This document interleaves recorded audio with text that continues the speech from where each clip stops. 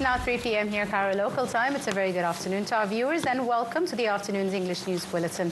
My name is Angie Meher, delighted to be in the company of my dear friend Shireen Aidel. Good afternoon to you, Shireen. Good afternoon, Angie. Good afternoon, dear viewers. Short break and we'll be back with the headlines. President Fattah al-Sisi reviews regional developments and bilateral ties with Bahraini king over phone. Prime Minister Mustafa Madbouli meets number of governors on crisis management strategy.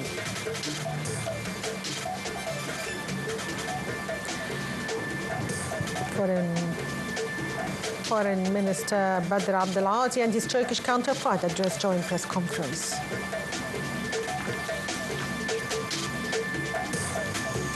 Welcome back, ladies and gentlemen. Now the details in full. President Abdel Fattah al-Sisi stressed on the importance of reconstruction of the Gaza Strip and the importance of forging a united Arab stance towards supporting achieving peace and stability in the Middle East region. The President's remarks were made during a phone conversation with the Bahraini King, Hamad bin Isa Al Khalifa. The phone call stressed on the deep and strong ties binding Egypt and Bahrain and the importance of intensifying efforts to enhance them in various fields, namely economic and investment aspects. The leaders also discussed regional development. President Abdel Fattah al-Sisi presented Egypt's efforts to guarantee the full implementation of the ceasefire deal in the Gaza Strip. Meanwhile, the Bahraini king hailed Egypt's mediation efforts that led to the ceasefire agreement and also hailed Egypt's key role in the Palestinian cause. Phone conversation also tackled the recent developments in Syria, Lebanon, Libya and Sudan, with both leaders stressing the significance of achieving stability and avoiding conflicts in these countries. And the Prime Minister, Dr. Mustafa Madbouli, asserted that President Fattah al-Sisi directs all local institutions to be ready to face any crisis or catastrophes and urged to create a professional management to tackle any crisis and to coordinate with concerned organizations. The Prime Minister, Dr. Mustafa Madbouli, asserted on the importance of exerting the utmost efforts to protect and develop natural reserves. He also urged the need to resume establishing environmental projects in coordination with the state concerned bodies. Madbouli's statements came during a meeting with a number of ministers to follow up on a couple of files, including the Environment Ministry's files. Minister of Foreign Affairs and Immigration Badr Abdulati held a joint press conference following his talks with his Turkish counterpart Hakan Fidan in Turkey on Tuesday. Addressing the press conference, Abdulati discussed boosting ties between Egypt and Turkey. He said that they are working on raising trade exchange between the two countries, which has reached 8.8 billion in 2024. Addressing the press conference, the foreign minister said Egypt employs all capabilities to ease entry of aid into Gaza. For his part, Fidan said Egyptian-Turkish ties are stronger and urged to boost bilateral ties in all fields. The Turkish foreign minister also highlighted that trade exchange volume between the two sides has significantly hiked. Fidan said Turkey values Egyptian efforts to reach ceasefire in Gaza and support Palestinians, adding that Egypt is playing a pivotal role in delivering humanitarian aid to Gaza. He said the two sides are against relocation of Palestinians from their lands to other countries, adding that Turkey supports settling the Palestinian issue in line with the two-state solution.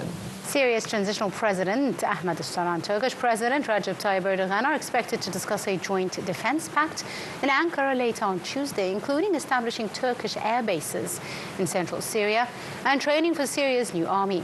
Turkish presidency's communications director said that Erdogan and Sharaa would discuss the latest developments in Syria and possible joint measures to rebuild Syria's economy and achieve stability and security.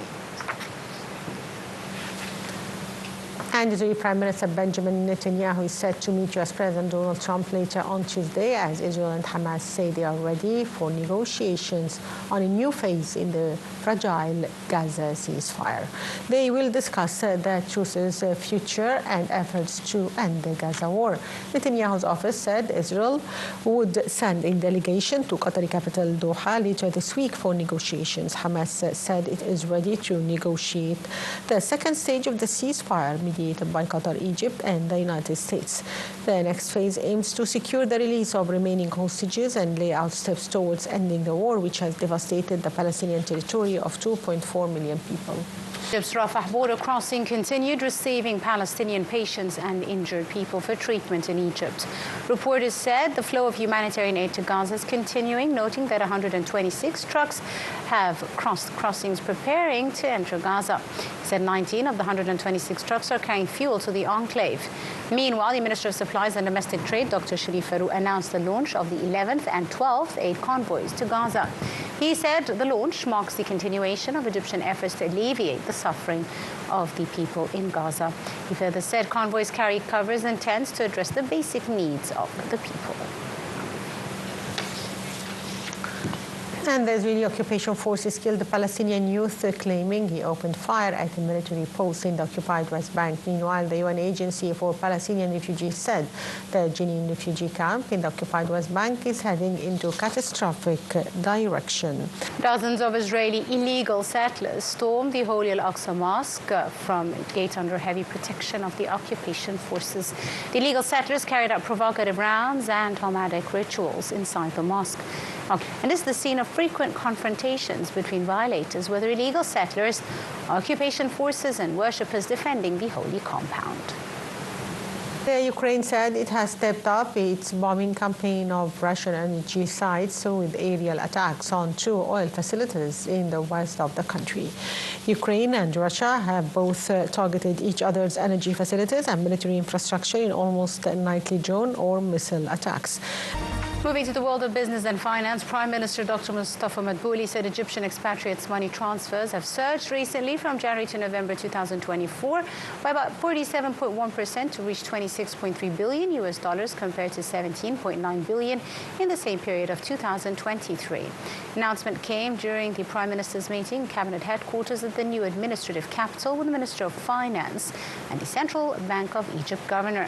Meeting reviewed a number of important economic files and foreign exchange reserves, which surged by $47.109 billion during last December.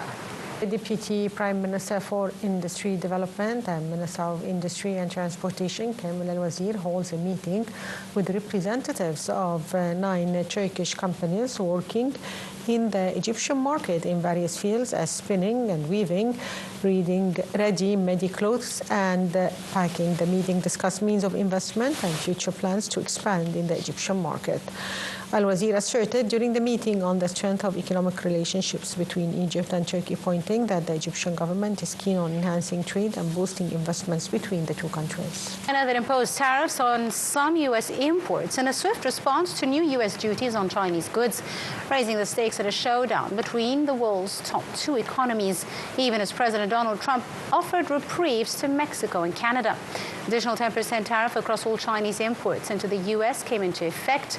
Within minutes, China's finance ministry said it would impose levies of 15% for U.S. coal and natural gas and 10% for crude oil, farm equipment, and a small number of trucks, as well as big engine sedans shipped from China to the U.S.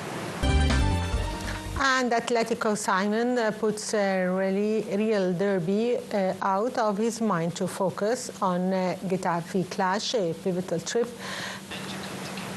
And Paris Saint-Germain manager Luis Enrique is not surprised by Ousmane Dembele's recent form, saying that the French forward possesses qualities that make him a difference maker in games.